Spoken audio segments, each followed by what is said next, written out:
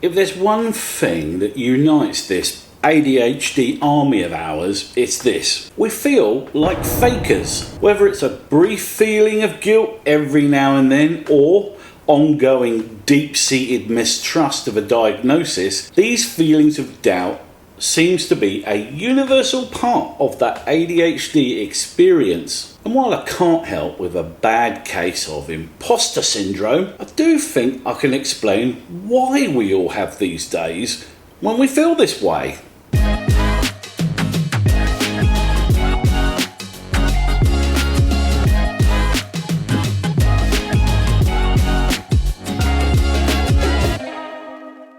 So, by way of explaining my theory, I'd like to relate a small anecdote to you. A couple of weeks ago, I was lying in bed of a chilly Sunday morning alongside the good lady wife, she that must be obeyed, her indoors, the missus. Don't worry, this anecdote is not going there.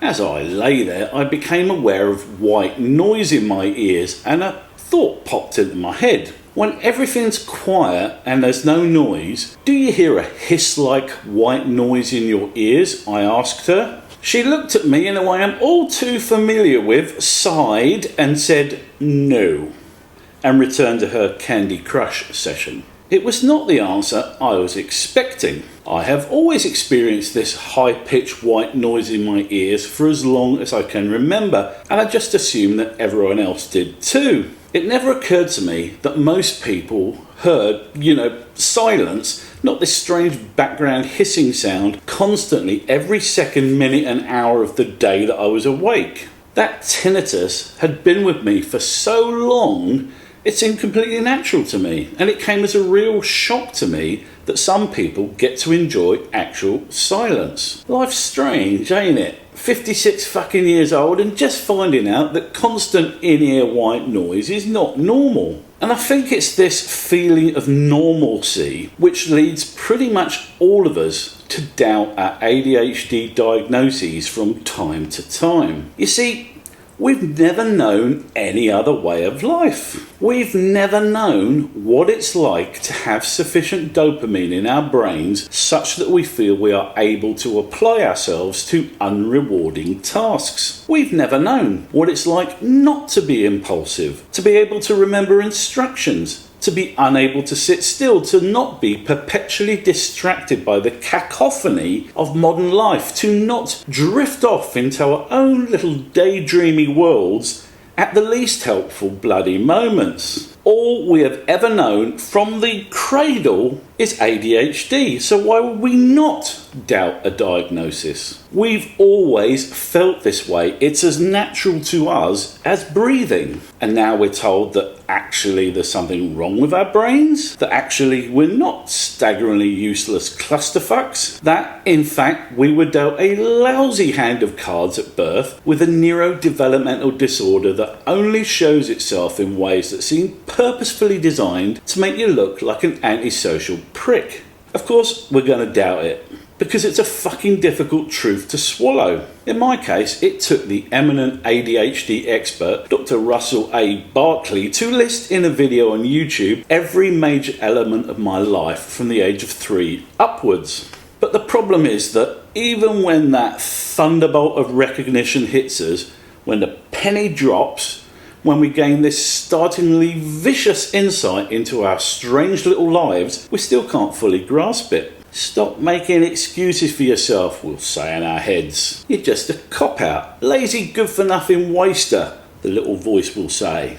And we'll listen to that little voice because, like the ADHD, it's been with us since the cradle. When we wondered to ourselves during those fucking awful low points in our lives if there was something wrong with us, and the voice said, "No mate, you're just a cunt," we said, "Fair enough mate, cunt it is." Of course, it doesn't help that in this science-hating epoch of ours, when every arsehole on the planet gets to offer up their dogshit opinions on every single issue, there are so many ADHD deniers. They come in all shapes and sizes, and you can find them amongst your very closest friends and amongst your work colleagues and the folks you play sports with and the lady that's cutting your hair and the fuckhead driving your Uber. You probably find them in your family too, and it's often those fuckers that can come up with the nastiest opinions. If you come from a working class background and an upbringing in which everything was not served to you on a plate, you'll probably be reluctant to even mention it to friends and family, let alone, God forbid, hope for a bit of understanding. Doing it tough is part of the coping structure for a lot of working families, and you might well be viewed as some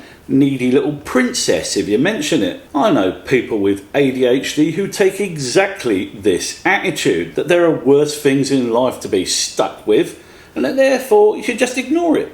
Battle on regardless, like accepting that you have ADHD is some huge character flaw, a further weakness in your personality, the cherry to sit atop the icing on the cake. I'm sure you know the type. The fact that people get stuck with worse conditions than us is of course also irrelevant. That someone is unfortunate enough to have been born with a serious physical disability, for instance, does not diminish the impacts ADHD can have on our lives. It's not a disability competition, and it's not weak to recognise how life-altering an ADHD diagnosis is. But if you get diagnosed with ADHD later in life, then you're used to getting a good kicking. You've learnt in your own way to accept your character flaws, to internalise them, and to heap all of the blame on yourself. We all seem to have this sanguine acceptance of our fates. Well, this is my life now, so we feel like fakers because, so we think, we're such useless bastards that how could it possibly be something outside our control? Finding out that you have ADHD is not the lottery win we were all hoping for, let's face it. But if we can't accept it and take it seriously and arrive at some level of understanding of its effects on our lives, then why should we expect anyone else to? So the next time self-doubt creeps in and you begin to wonder if you're just making it all up and you're just being some needy arsehole, take a second. Remember that this is a genetic disorder of the brain, a malfunction of your neurotransmitters and a malformation of the frontal lobe. It is as real as autism, as depression, as bipolar and as epilepsy. You're not imagining it, you're not a hoaxer, and the stuff you've always subconsciously known about yourself is as real as the colour of your eyes. Fuck feeling fake.